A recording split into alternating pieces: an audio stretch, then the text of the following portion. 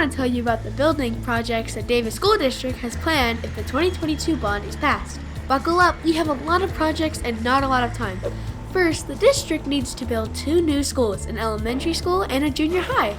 These will both be in the northwest corner of the district because cities like West Point are growing so quickly.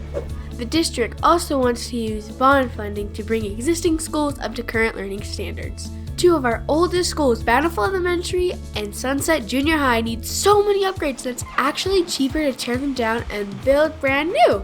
7 other schools are on the list for major remodels or expansions. Those include Bountiful High, Clearfield High, Layton High, Kaysville Junior High, Burton Elementary, Layton Elementary, and Bayview Elementary.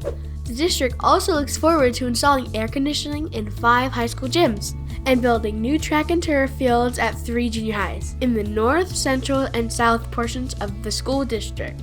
Smaller projects around the district will make every cent of bond money count.